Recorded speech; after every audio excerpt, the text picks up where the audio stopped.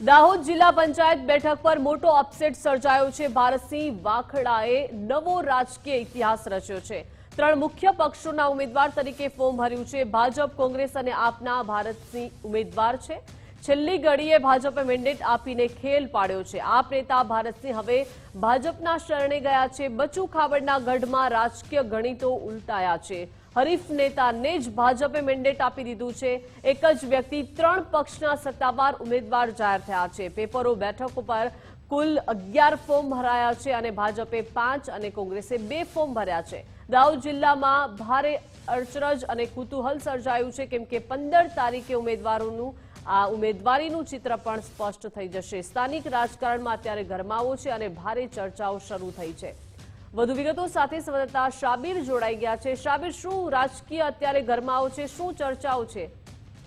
બિલકુલ વાત કરીએ તો જે ભારતસિંહ વાખડા કહી શકાય કે મૂળ કોંગ્રેસના કદાવર નેતા ગણવામાં આવે છે। દેવગઢ બારિયા અને ધાનપુર તાલુકામાં ભૂતપૂર્વ મંત્રી બચુ ખાબડની સામે વિધાનસભા લડનારા ભરતસિંહ વાખડા આ વખતે નવો અપસેટ સર્જ્યો છે। કોંગ્રેસ છોડી આપમાં જોડાયા, આપમાંથી ફરી કોંગ્રેસમાં આવ્યા અને કોંગ્રેસમાંથી આપમાં આવ્યા બાદ અત્યારે જે દાહોદ જિલ્લા પંચાયતની પીપેરો બેઠક માટે તેમને ઉમેદવારી નોંધાવી હતી।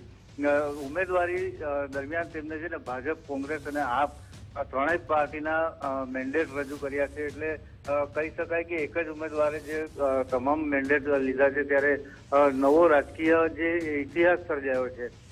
એવું માનવામાં આવી રહ્યું છે કે ભરતસિંહ વાખડાએ ત્રણેય પક્ષોને વિશ્વાસમાં લઈ તેમની સાથે જોડાવાની વાત કરી અને મેન્ડેટ લીધા હોવાની, કારણ કે જે દેવગઢ બારિયા પંથકમાં જે કદાવર નેતા માનવામાં આવે છે, યુવા નેતા માનવામાં આવે છે, તેને લઈ તમામ પક્ષોએ તેને મેન્ડેટ આપી દીધા છે।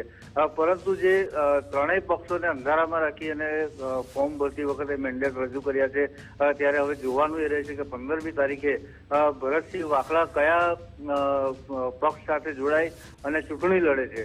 એટલે એક તરફ એવું માનવામાં આવી રહ્યું છે કે જે પણ પક્ષ સાથે લડશે તે બિનહરીફ ચૂંટાઈ આવે તેવી પણ શક્યતાઓ રહેલી છે, કારણ કે બીજા કોઈ ઉમેદવારનું મેન્ડેટ રજૂ કરવા દેવામાં જ નથી આવ્યું। એટલે એક કહી શકાય કે ભરતસિંહ વાખડાએ મોટો રાજકીય દાવપેચ રમી અને ત્રણેય મેન્ડેટ મેળવી લીધા છે। જી શાબીર, આભાર વિગત સાથે જોડાયા તે બદલ।